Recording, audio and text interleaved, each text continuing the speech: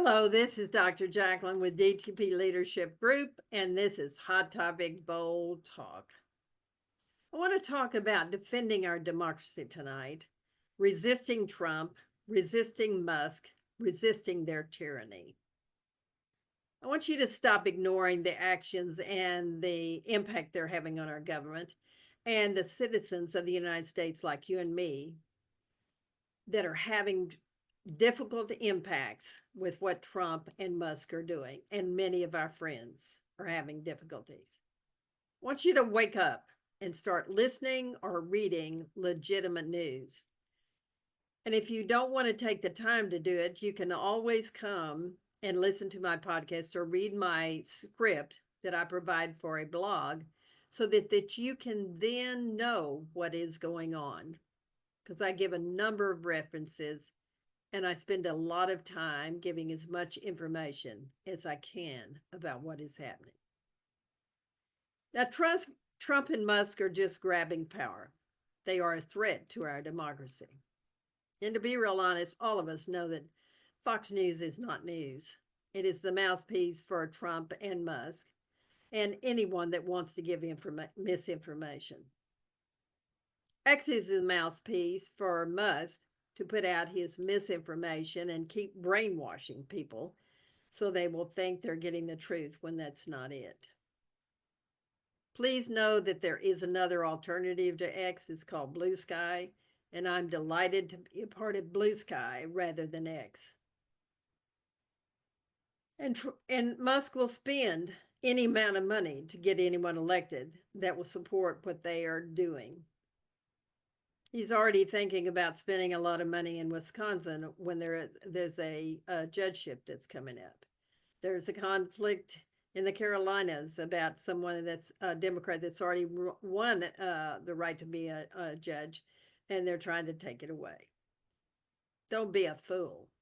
They're doing everything they can to control the electorate and do what they want to do.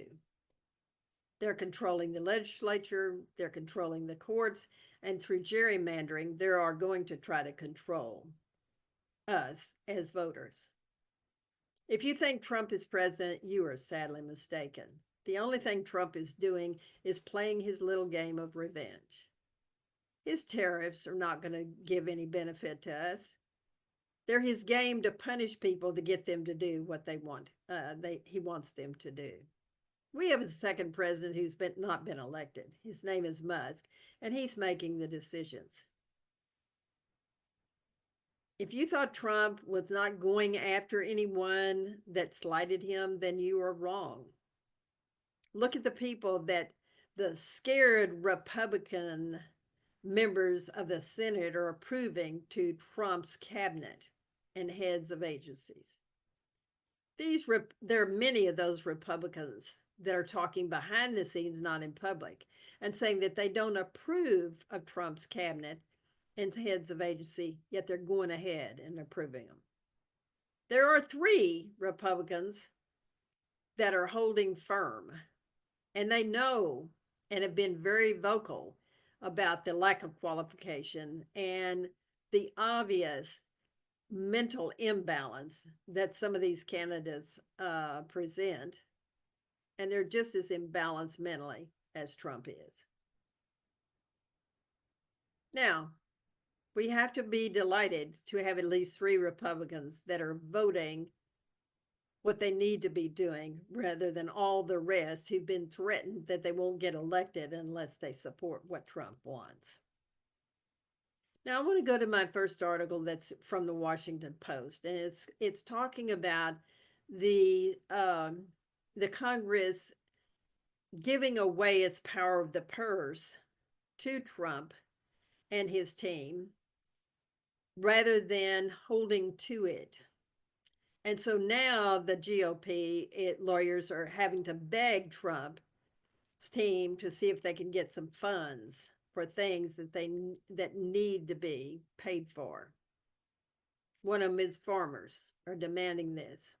And I'll give you a lot of information in my next one about what is happening all over the country with protests and all kinds of things that are occurring, because people don't like what is happening.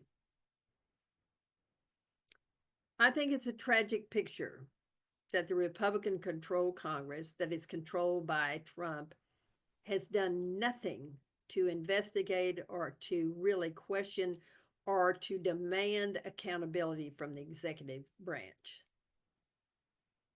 This article describes how many federal employees are being fired in red states, not just blue states.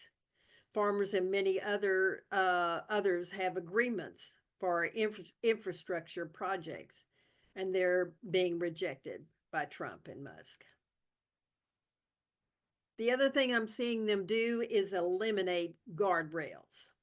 They attack government agencies. That's what they're doing. These cuts have nothing to do with making a dent in the national debt, because they will not make a dent. They're cutting people in order to be able to control the various agencies rather than having agencies that contribute to the effectiveness of our government. And because he wants to make certain his loyalists will get these jobs. There's an article I'm going to provide next time that I don't think you're going to be pleased about at all, because you'd be surprised what militia members are doing considering some of these jobs that are now open. There are many ways to organize an organization. I've been doing it for 48 years. This is not the way to do it. A really functioning organization has to be based on the best talent. And right now, the best talent is either leaving or being cut. Our government is for the people and is supposed to support the people and not King Trump, who has really no interest in the American people. He has his own agenda. That's what's going on. His actions are to grab power and do whatever he wants. Musk's approval to give citizens dividends from the, quote, savings of cutting so many jobs is horrifying to me. The truth is, there is no way in the world to fulfill this idea. It's just another way to convince people to back off and not confront him on what he's doing. I have a question for you. Are you willing to consider something like this a payment as a result of hundreds of thousands of people in America losing their jobs? Have you thought about all those people and the impact on them and their families? Surely in your lifetime, you've lost a job or something's happened in your business that has caused you to have real difficulties. Start thinking about them. These cuts are not about saving us money. They're an attack on the constitutional rights of us as Americans. Many are refusing to do illegal, corrupt acts that Trump wants them to do, so they're resigning. Since they have ethics and they have values that are related to those ethics that direct their lives. Trump and Musk don't have values, and they don't have ethics. There are many questions and many constitutional issues that are coming up around all of their actions that they're doing. Now, if you think Trump's Republican Party is about law and order, you are very sadly mistaken. Anyone that is corrupt and has a history of illegal acts is being given a chance to not be held accountable for their actions. We've seen it with the January 6th group that got pardoned. We're seeing it in various places, which I'll talk about in a minute, about how he seems to pick people that have been sexually abusive or other things, and then he gives them a chance to fight back with his support, supposedly. Trump and Musk seek out these people because they have the background that they can use as blackmail in order to do what they want them to do in government. And I'll say they are using the history. I'll take away the statement I made earlier. They're using the history of these people in order to get them to do what they want to do. And the people will do it because they don't want the legal consequences that they need to have. Many of the agencies they are eliminating, they're agencies that benefit you and me. They protect us from rich people like Musk and others of Trump's friends. And they have things happen, so they have to abide by the laws. Musk doesn't want to abide by laws. He just wants to do what he wants to do and find the easiest way to make more money. So this is a very corrupt alliance between Musk and Trump. It's about power, it's about money, and it's about control. Every action is about power, ignoring the courts and how they can use the Republican controlled Congress. And now the Republican controlled Congress is getting a lot of backlash and a lot of protests in their various districts because they're now trying to beg money from the legislature, from the executive branch. They have literally forgotten that they are the branch that has the budget and they also have the ability to approve spending. They could have investigations, they could have all kinds of actions occurring in the Congress that would prevent Musk and Trump to do what they're doing. So, where are we today as Americans? The New York Times opinion today starts and says King Trump makes the founding fathers roll over. And the article is really speaks the truth about Trump and Musk's narrative and actions they're doing to erode the three branches of the government and our democratic process. The three branches are a way to protect one branch from taking over. That's not happening here. So where does America stand? Trump smeared the founding fathers in week 5, this article says, by declaring himself king of the United States and the world. His narcissism knows no bounds. His narcissism knows no bounds as he grabs power and he thinks he's somehow God-given. So he decided to pronounce that congestion pricing needs to be dead in Manhattan, which would have been beneficial to Manhattan and to our efforts to preserve our climate. Calling himself king denigrates every American who has fought and died for our democracy. But Trump sees these heroes as losers anyway. Of course, he doesn't have a king's power, but his efforts to remake America pay no heed to the rule of law. What matters most this week, the article says, the Ukraine. Trump sent mixed messages, which he sees as core to his deal making, but with no mistake about his pro-Putin position. Putin and Trump have been friends for years. Trump accused the Ukraine of launching the war and called its president, Zelensky, a dictator. Both lies, while trying to squeeze Kiev for minerals so that they can get some help from us or to see if they can get a ceasefire with Russia. I'll talk about that in a minute. There's another great article that reveals the truth about this in more detail. Now, it's worth keeping in mind that Trump is not alone in disliking Zelensky. I know that Biden also had some issues with him. But Trump approaches Ukraine with a dangerous moral relativism. And I want to talk about relativism and what it means. Relativists believe that there is no absolute truth and that different people and cultures can have different views on what's right and wrong. It is a convenient way to have no moral code or guidelines that are accepted norms. And that's what they're functioning from, is relativism.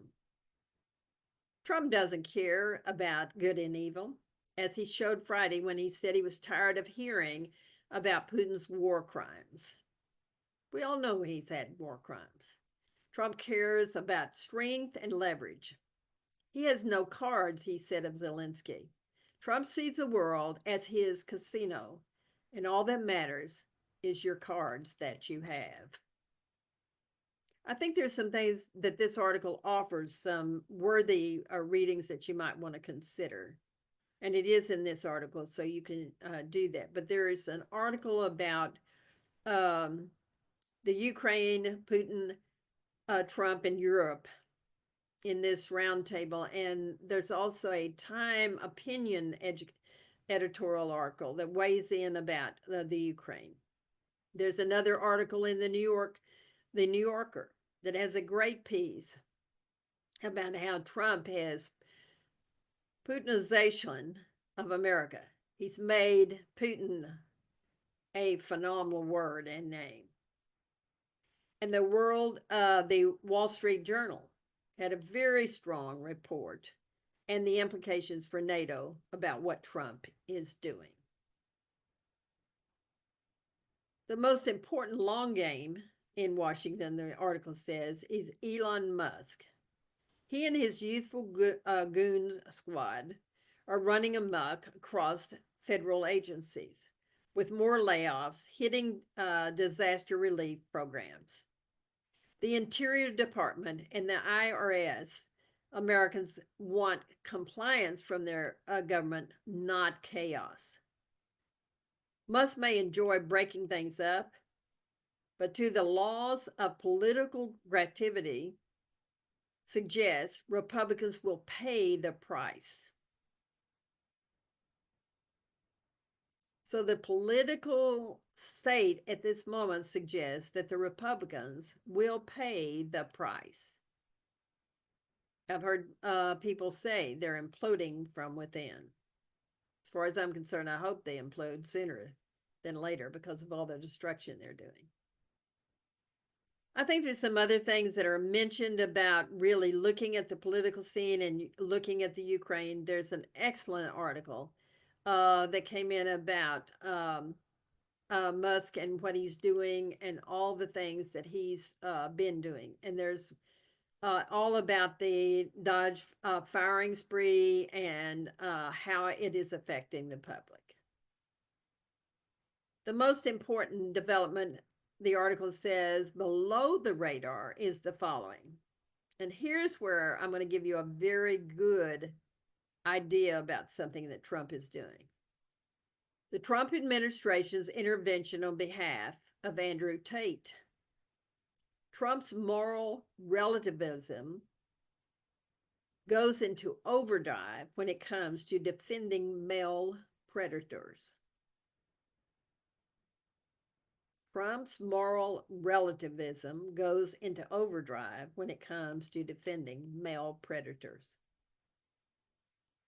Male predators don't protect other people unless they're male predators. So you can guarantee that Trump is protecting Tate because he has done some of the same things. And there's plenty of evidence for that. Another thing the article talks about is watching Robert F. Kennedy Jr., the Health and Human Services Secretary that many have grave concerns about, and yet they still passed him. He has nothing that are limits in the new plan, as he says, to scrutinize childhood vaccine schedules, psychiatric medications, and other public issues. Every senator who voted to confirm Kennedy will ultimately, they harbored private doubt about him, and now they are officially on the hook for the future of children's health. Another statement in this article is, they're heroes in the land. Jeanette Mills, the governor of Maine, stood up to Trump at the White House meeting after he called her out for resisting his executive order barring transgender athletes from women's sports. She said she was complying with the state and federal laws. Trump said, "We are the federal law." Her response, "See you in the courts." There are many people that are resisting, and that's what I'm going to talk about throughout this program. And I have some great details about people resisting. Now, there are supporting documents to confront the lies by Trump of the Ukraine and Zelensky. Bloomberg has an excellent article that was sent to me by a dear friend. Rare earths in Ukraine, question mark? No, only scorched earth. President Trump's fixation on extracting elements from the war-torn nation is an illusion. There are no rare earth elements in the Ukraine. Trump doesn't know enough about these elements to know which countries they might be in. They are not in the Ukraine. The Washington Post has an article, Fact Checker. Trump's shift on Ukraine was based on falsehoods. They make it clear that Trump's blaming the Ukraine for starting the war is Trump echoing Republican position that it was pushed into this conflict. It's akin to saying Japan was forced into attacking Pearl Harbor because the United States imposed a trade embargo in 1940, depriving Japan of oil. The trade embargo was a result of Japan's provocative actions in the Pacific, such as 1931, the occupying of Manchuria following a Japanese manufacturing incident. Trump's statements are false, and here they are, and here's what the truth is. Trump says Zelensky is down at 4 points approval rating. The latest polls show that Zelensky has 57% approval rating. Zelensky talked with the United States of America and convinced us to spend $350 billion to go into war that he couldn't win. The United States has spent $200 billion more than Europe. All this is false. The United States has spent $174 billion, and European nations have spent much more than that. Trump said Zelensky admits that half the money we sent him is missing. Zelensky never said this, and in fact, Trump's envoy to the Ukraine says this is not true. His own envoy, his own person he sent to the Ukraine says it isn't true. Now, there are plenty more details in this report if you want to know all the falsehoods, all the falsehoods that Trump has said about the Ukraine. Here's other resources that relate to Trump's comments. The Atlantic by Tom Nichols, who I think is a wonderful writer, has an article out, A Dispatch from Reality. Nichols gives a detail of Russia, and specifically Putin, is launching of this war in 2014 and widening it in 2022. The Times has an article, Zelensky and Trump trade blows as feud accelerates over peace talks. This is an excellent article. Some of the authors are living and functioning in Kiev, Ukraine, or they are in Saudi Arabia. So they provide more information about the lies that Trump is saying and the things that are outrageous about what he's talking about. I think it's revealing that there's a very lengthy article that describes the step-by-step development of comments by Trump to reassure Ukraine that they wouldn't be excluded from peace talks. And this is in the New York Times. Live updates. Trump says Ukraine will not be sidelined in peace talks with Russia. This happened a week before he decided to blast Zelensky. I think it is scary and shocking to realize that we have a president of the United States that is so emotionally disturbed and so committed to Putin that he will sell out the Ukraine. A very revealing article by The Atlantic gives a very clear picture. The party of reason is selling out the Ukraine. It's addressing the pro-Ukraine Republicans who are remaining silent about Trump's deference to Putin. Here's a key statement from this article. With a few mostly timid exceptions, the party that once prided itself on standing up to Moscow, the party of the Cold Warriors, Ronald Reagan and George H.W. Bush, has bowed to a president who himself is bowing to our adversary. It is not just Trump that is doing the deference. Richard Haass, who worked in 3 previous Republican administrations, said, Republicans have been not just subservient, but invisible, not holding hearings or otherwise challenging the Trump administration's unconditional embrace of Putin's Russia, the dismissal of European interest, and Ukraine's demands. So that's what they're describing, the Congress, the Republican-controlled Congress. They're not only subservient, but they are invisible. They have lots of power that they are not using. So I want to talk about the people that are resisting and fighting back and asking you and me to do the same thing.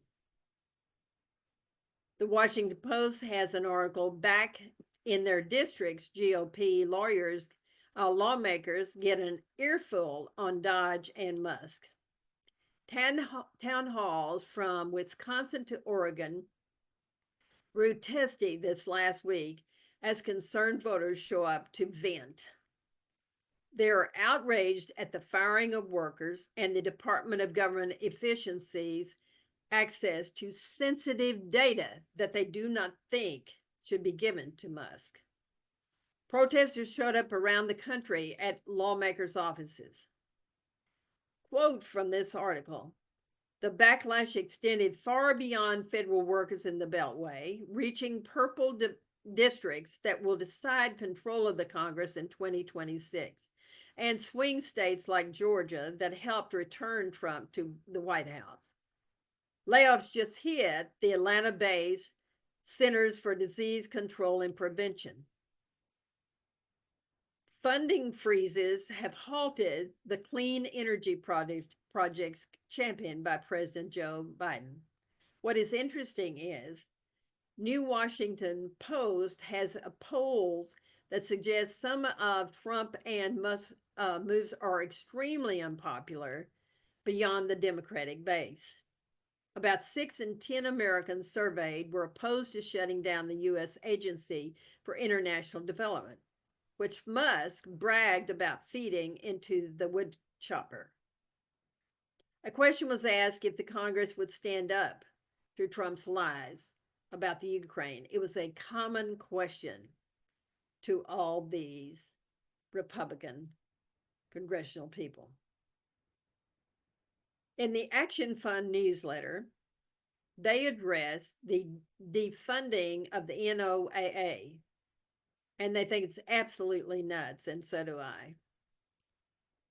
The NOAA is the National Weather Service and Hurricane Center. I live in a state that has hurricanes. I check my weather app on my phone every day. I doubt any of you do not check your weather. I believe you check it for yourself, you check it for your business, and you check to see what the news is and what the website says. And all that information that is provided to all these news systems that tell us about our weather is provided by the National Weather Service and Hurricane Center.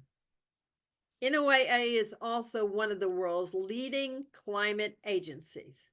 So the goal of this attack is to cripple any research into climate change and put climate science back decades.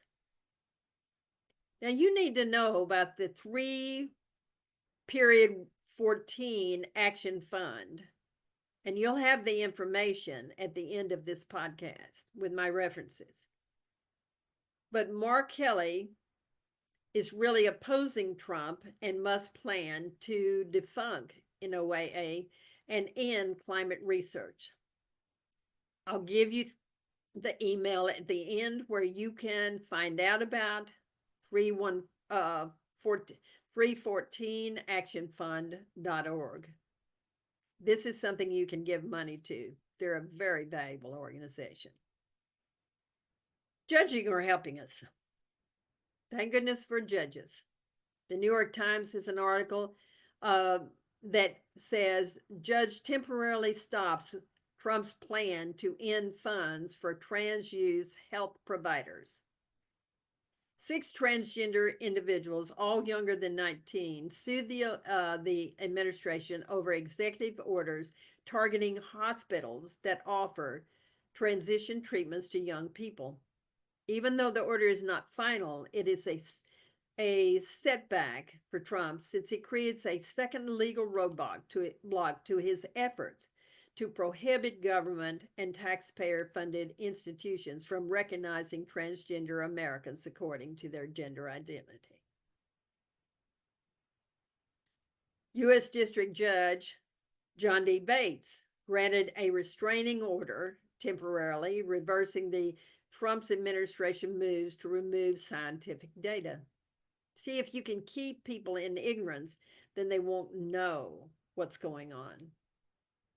This article comes from the Washington Post.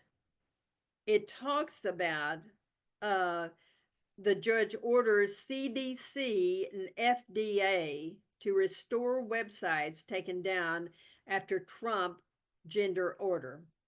This information can create a risk to youth and assisted reproductive technology, which were abruptly taken offline to ensure they complied with President Trump's recent executive order on gender. There is a reason that people move trying to define their gender.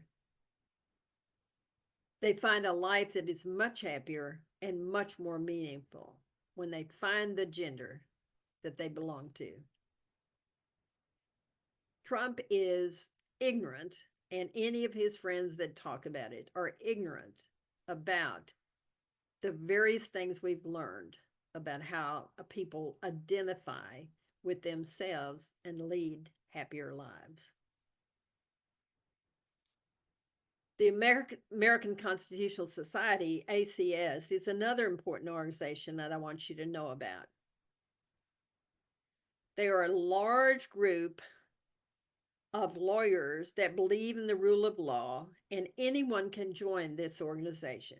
You can benefit from their many programs that will educate you about topics such as confronting the war on immigrants, citizenship, detention, and deportation, protecting the legitimacy of the state courts, history of the LGBTQ plus discrimination offers relevant lessons for us today.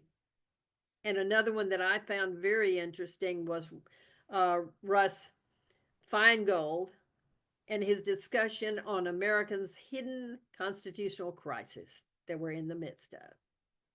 You can look up this organization since it is nationwide, and you have local organizations that are part of the national organization.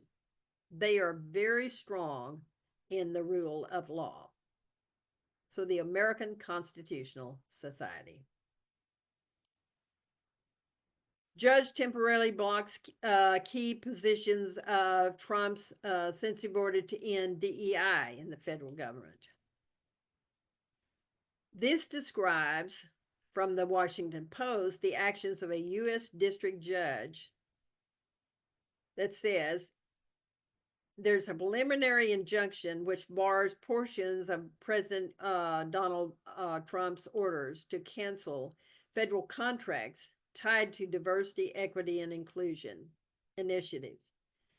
A coalition of diversity officers and restaurant workers advocates that files a lawsuit over Trump's actions argued that the president's orders were too vague and chilled free speech.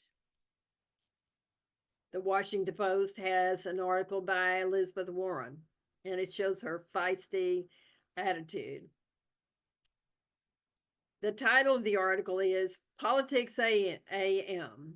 Warren says Musk should have the courage to defend gutting of the consumer agency.